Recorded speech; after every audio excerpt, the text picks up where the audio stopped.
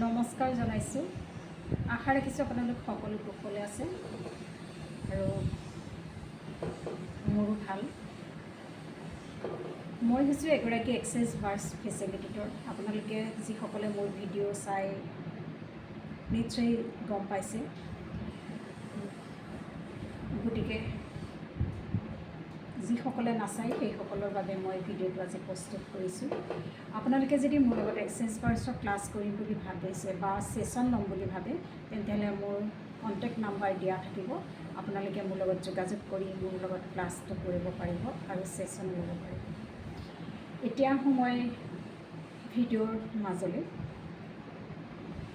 Access ভাৰ্ছৰ যিটো মূল মন্ত্ৰ, জীৱনত আমি বিচৰা ধৰণেই সকলোবিলাক পাব পাৰোঁ, কিন্তু আমাৰ ভিতৰত থাকিব লাগিব অত্যন্ত বিশ্বাস। আমাৰ বিশ্ব ব্ৰহ্মাণ্ডত আমি বিচাৰিলে সকলো পাওঁ, আৰু সেইখিনি আমি পাবলৈ হ'লে আমাৰ মাজত বিশ্বাস থাকিব লাগিব, একাগ্ৰতা থাকিব লাগিব আৰু ধৈৰ্য থাকিব লাগিব।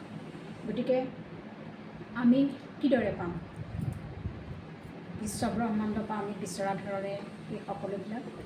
তাৰ আগতে কিন্তু আমি এক্সেছ ভাৰ্ছৰ ছেশ্যনো ল'ব লাগিব, কাৰণ আমাৰ চিন্তাধাৰাবিলাক ইমান বেছি নিগেটিভ, আৰু সেই নিগেটিভ চিন্তাধাৰাই আমাক বাধা আনি দিয়ে। যিকোনো ক্ষেত্ৰত জীৱনৰ প্ৰতিটো মুহূৰ্ততে আমাক বাধাৰ সৃষ্টি কৰে আমাৰ যিবিলাক চিন্তাধাৰা, আমাৰ যিবিলাক সমস্যা। সেই প্ৰতিটো সমস্যাৰ কাৰণে আমি কিন্তু নিজে জগৰীয়া, কাৰণ আমি যি ধৰণে বিচাৰিছোঁ সেই ধৰণে আমাৰ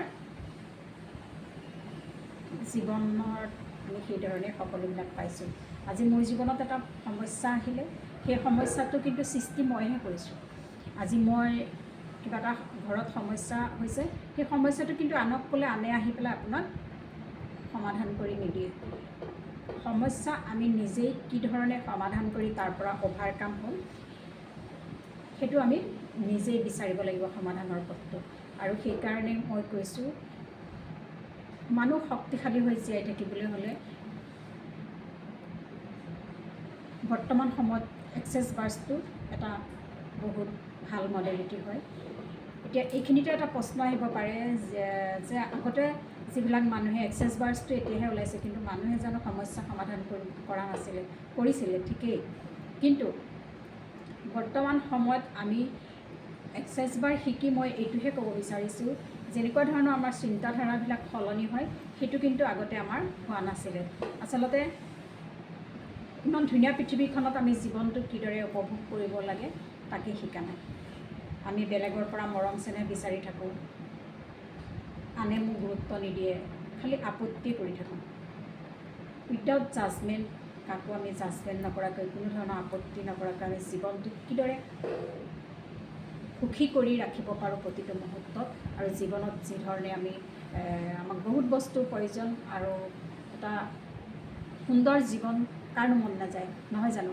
ধুনীয়া এখন ঘৰ, এখন গাড়ী, বহুত ভাল ধৰণে খাই বৈ থাকিব পৰা এটা পৰিৱেশ, সন্তানৰ ভাল হোৱাটো, এই সকলোবিলাক আমি বিচাৰোঁ। ধুনীয়াকৈ এযোৰ কাপোৰ পিন্ধা, ধুনীয়াকৈ এখন ভাল ৰেষ্টুৰেণ্টত গৈ খোৱা, এই সকলোবিলাক আমাৰ জীৱনত আমাৰ মনে বিচাৰে যদিও, কিন্তু আমি বাস্তৱ ক্ষেত্ৰত সেইখিনি কৰিব নোৱাৰোঁ। গতিকে মই এটা মন্ত্ৰ শিকাই দিছোঁ, আজিকালি হয়তো সেইটো প্ৰায়বিলাকেই জানে, তথাপিও মই কৈছোঁ, আপোনালোকে মাতিব, কাম কৰি থাকিলেও মাতিব পাৰিব সেই মন্ত্ৰটো।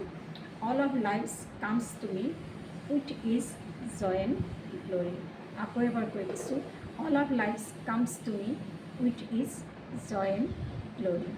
গতিকে এই মন্ত্ৰটো আপোনালোকে ৰাতিপুৱা 10 বাৰ, দুপৰীয়া 10 বাৰ আৰু সন্ধিয়া 10 বাৰ আপোনালোকে মাতিবচোন, চাবচোন। আৰু সেই 10 বাৰ যে মাতিবলৈ কৈছোঁ, পাৰে যদি তাতকৈও বেছিকৈ মাতিব, ধৈৰ্য সহকাৰে মাতিব, অন্ততঃ এমাহ মাতি চাওক, জীৱনটো আপোনাৰ বহুতখিনি পৰিৱৰ্তন পাব। ধন্যবাদ।